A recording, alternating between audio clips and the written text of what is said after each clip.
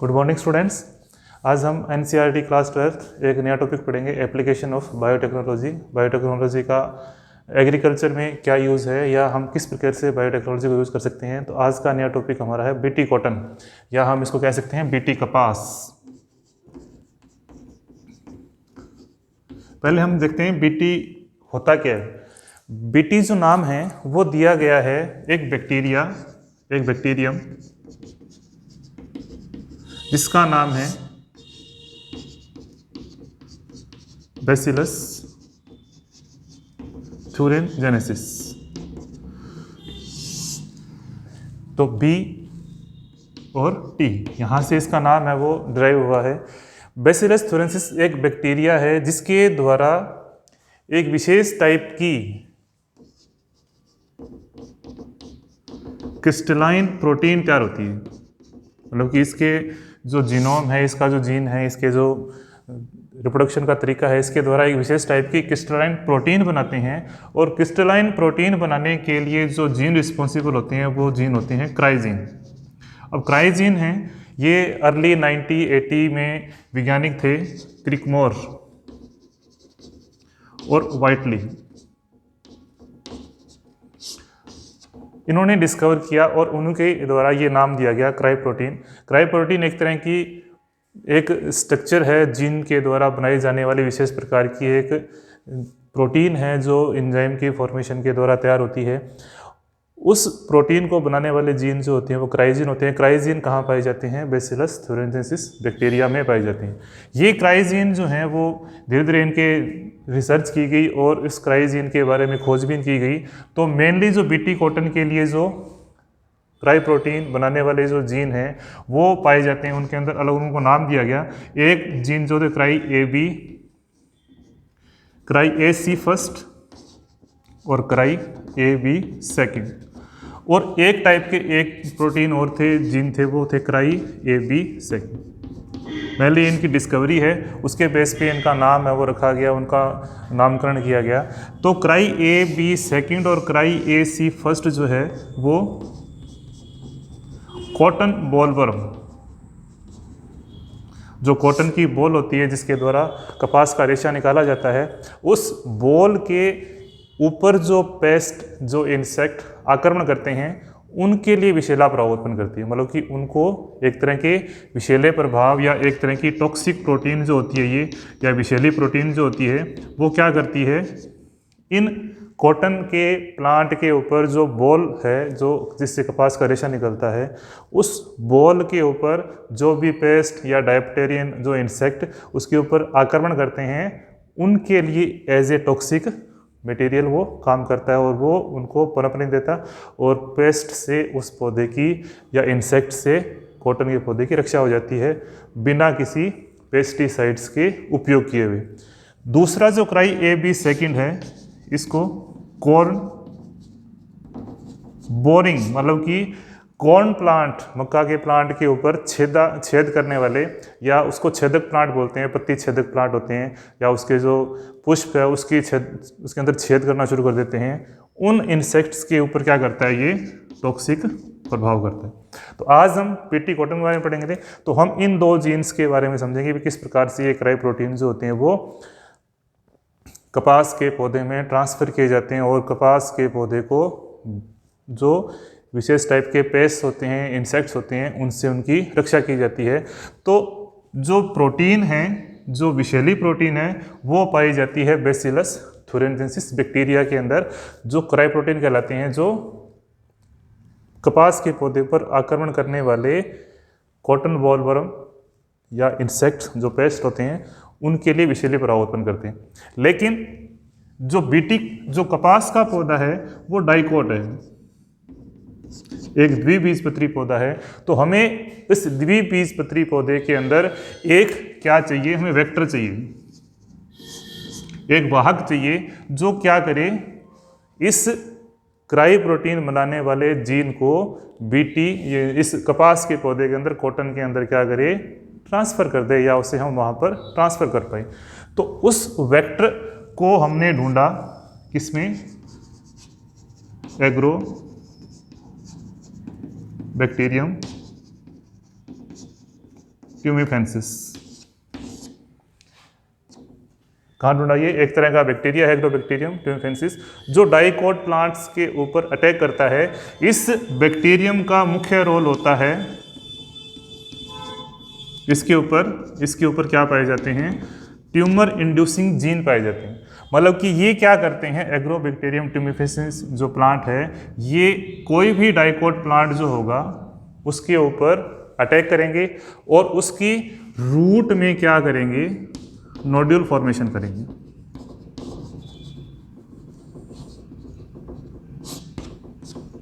इस एग्रोबैक्टीरियम जो बैक्टीरिया है, ट्यूमिफेंसिस बैक्टीरिया है, उसके अंदर जो जीन पाए जाते हैं जिसको ट्यूमर इंड्यूसिंग जीन बोलते हैं, या ये जीन पाए जाते हैं टीआई प्लाज्मिड के अंदर पाए जाते हैं, उसके प्लाज्मिड में जीन पाए जाते हैं। इसका बेसिक नेचर ये होती है कि ये उस द्विबीजपत्री पौधे की जड़ों में जाकर उस मिट्टी में पाए जाते हैं, और मिट्टी के अंदर कहीं पर भी पौधे के अंदर कोई घाव पड़ेगा या किस प्रकार से जड़ें कहीं से टूट फूट जाएगी, तो उस जड़ों के उस भाग के द्वारा वो एग्रोबैक्टीरियम जो होगा वो मिट्टी के द्वारा, मिट्टी के अंदर ही होगा, तो वहाँ से क्या करेगा? वो उन जड़ों को इन्फेक्शन करना शुरू कर देगा, और इन्फेक्शन करके वहाँ पर अपनी कॉलोनी डेवलप करेगा और बड़ी बड़ी गांठें बना देगा। उस गांठ बनाने का पौधे को नुकसान होगा कि जो न्यूट्रिशन जड़ों के द्वारा अवशोषित किया जा रहा है, उस न्यूट्रिशन को क्या कर देगा? वो वहीं पर रोक देगा और पौधा जो होगा वो डेड हो जाएगा, मर जाएगा। वैज्ञानिकों ने क्या किया भी, क्यों न इसके जो हानिकारक प्रभाव हैं, जो ट्यूमर इंड्यूसिंग जो टीआई प्लाज्मिड है, इसके अंदर ऐसे प्रकार के नोड्यूल फॉर्मेशन वाले जीन को वहाँ से रिमूव किया जाए। मतलब कि ऐसे जीन जो एग्रोबैक्टीरियम के अंदर, टीआई प्लाज्मिड के अंदर ऐसे जीन, मान लो ये एक प्लाज्मिड है टीआई प्लाज्मिड, उसके ऊपर मान लो ये एक स्थान पर ये ट्यूमर इंड्यूसिंग जीन पाए जाते हैं। ये क्या करता है? यहाँ पर ट्यूमर इंड्यूसिंग जीन पाए जाते हैं।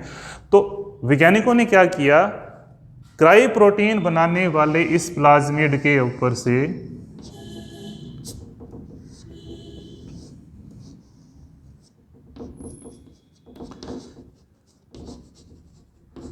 ये क्राई प्रोटीन बनाता है। कहाँ पाया जाता है ये? बैसिलस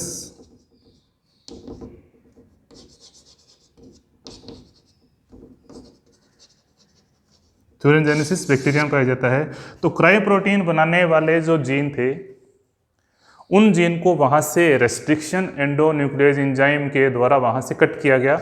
वहाँ से कट करने के बाद में जिस प्रकार का रेस्ट्रिक्शन एंडोन्यूक्लियस एंजाइम यहाँ काम में लिया गया, उसी रेस्ट्रिक्शन एंडोन्यूक्लियस एंजाइम से क्या काटा गया? इस भाग को वहाँ से काटा गया। यहाँ से ये भाग रिप्लेस करके इस प्लाज्मिड से जो हानिकारक जीन थे, उन जीन को कहाँ से कर दिया? ये क्राई जीन थे, यहाँ क्या ट्रांसफर कर दिया? क्राई जीन को यहाँ पर ट्रांसफर कर दिया। अब क्राई प्रोटीन की नेचर ये होती है कि ये एक तरह की ऐसी प्रोटीन बनाती है जो इसके अंदर क्या होती है? इनएक्टिव होती है, निष्क्रिय रहती है।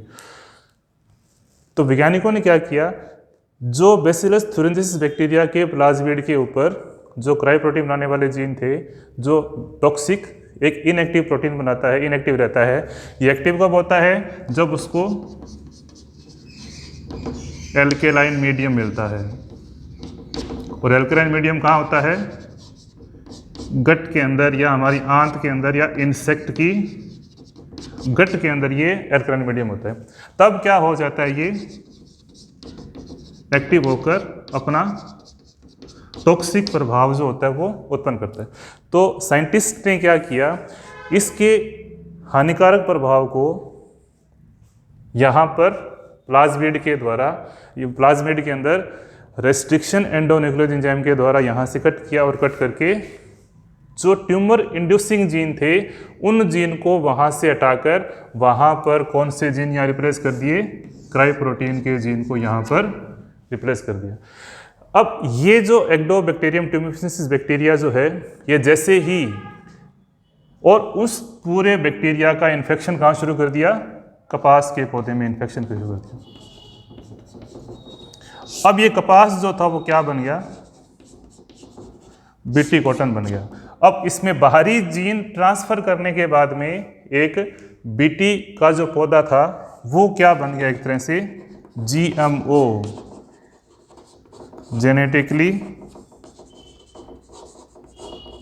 मॉडिफाइड ऑर्गेनिज्म बन गया। ये जीएमओ, अब ये प्लांट और साधारण कपास का जो पौधा था, साधारण कपास का जो पौधा था उसमें अंतर ये आ गया कि साधारण कपास के पौधे के अंदर क्राई प्रोटीन वाले जीन नहीं हैं, जिसने एग्रोबैक्टीरियम से इन्फेक्शन के बिना, वो सिंपल कपास है तो उसके अंदर क्राई प्रोटीन नहीं है। लेकिन जीएमओ के अंदर खास बात यह है कि इसके अंदर क्राई प्रोटीन के जीन को एग्रोबैक्टीरियम ट्यूमिफिस बैक्टीरिया के द्वारा प्लाज्मा में ट्रांसफर किया गया और ये बैक्टीरिया इन्फेक्शन शुरू कर देता है कपास के पौधे के अंदर। अब ये बैक्टीरिया अब इस प्रभाव को, नोड्यूल फॉर्मेशन वाले प्रभाव को उत्पन्न नहीं कर पाता। क्यों? क्योंकि वहाँ पर जो जीन था, नोड्यूल फॉर्मेशन करता था, वहाँ पे जीन कौन से ट्रांसफर हो गए, क्राइजीन।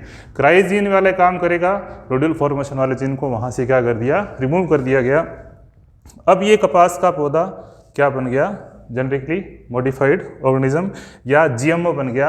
अब इस कपास के पौधे पर कोई पेस्ट, कोई इंसेक्ट जब आक्रमण करेगा तो उस आक्रमण के द्वारा उसकी कोशिकाओं का जब वो डाइजेशन करेगा और उन कोशिकाओं के डाइजेशन के साथ साथ जब सेल्स उसके बॉडी में जाएगी तो सेल के साथ साथ उसका डीएनए भी जाएगा। डीएनए जाएगा तो वहाँ पर कौन जाएगा, क्राई प्रोटीन वाला जीन भी जाएगा। क्राई प्रोटीन वाला जीन जैसे ही जाता है और गट में जैसे ही जाएगा, उसके आंत में जैसे ही जाएगा, वो एल्कलाइन मीडियम के अंदर क्या हो जाएगा, एक्टिव हो जाएगा।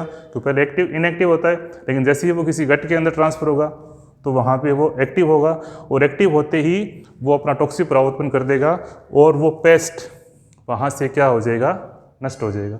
तो एक तरह से ये बीटी जो है, बैसिलस थ्यूरेंसिस, जो बैक्टीरिया के द्वारा जो प्रोटीन थी उसको जेनेटिकली मॉडिफाइड करके कपास के पौधे के अंदर ट्रांसफ़र किया गया एग्रोबैक्टीरियम ट्यूमिफिनेंसिस के प्लाज्मिड, टीआई प्लाज्मिड के द्वारा, जो ट्यूमर इंड्यूसिंग थे, लेकिन वहाँ से उसके जीन को रिप्लेस कर दिया गया और वहाँ पर पौधे के लिए वो लाभदायक प्रभाव उत्पन्न करने लग गया। वो उसको बाहर से आक्रमण करने वाले जो इंसेक्ट थे, जो पेस्ट थे, वो उनको रक्षा करते चले जाते हैं। तो कपास के अंदर की कोशिकाएं ही क्या करती हैं, एक तरह का जहरीला प्रभाव क्राई प्रोटीन के द्वारा उत्पन्न करती है। ये क्रिस्टलाइन शेप के अंदर ये प्रोटीन अपने आप को एक्टिव करती है और एक तरह से ये कपास है वो लगातार बिना किसी पेस्टिसाइड से अपने आप को सर्वाइव कर लेते हैं। उसके ऊपर बहुत ही कम पेस्टिसाइड्स होते हैं वो उपयोग करने पड़ते हैं। इसके साथ साथ अब बीटी टोमेटो भी हो गए हैं, बीटी पोटैटो भी हैं, लेकिन उनका भी कमर्शियल तरीके से ही उपयोग नहीं किया जा रहा है। लेकिन कपास है वो कमर्शियल तरीके से उसका उत्पादन है वो लगातार किया जा रहा है। तो आज के लिए इतना ही है। नेक्स्ट टॉपिक में हम नेक्स्ट बायोटेक्नोलॉजी के एप्लीकेशन पढ़ेंगे, जिसका महत्वपूर्ण टॉपिक है आरएनए इंटरफेरेंसेस। आरएनए इंटरफेरेंसेस हम क्या है, हम नेक्स्ट वीडियो में पढ़ेंगे। धन्यवाद।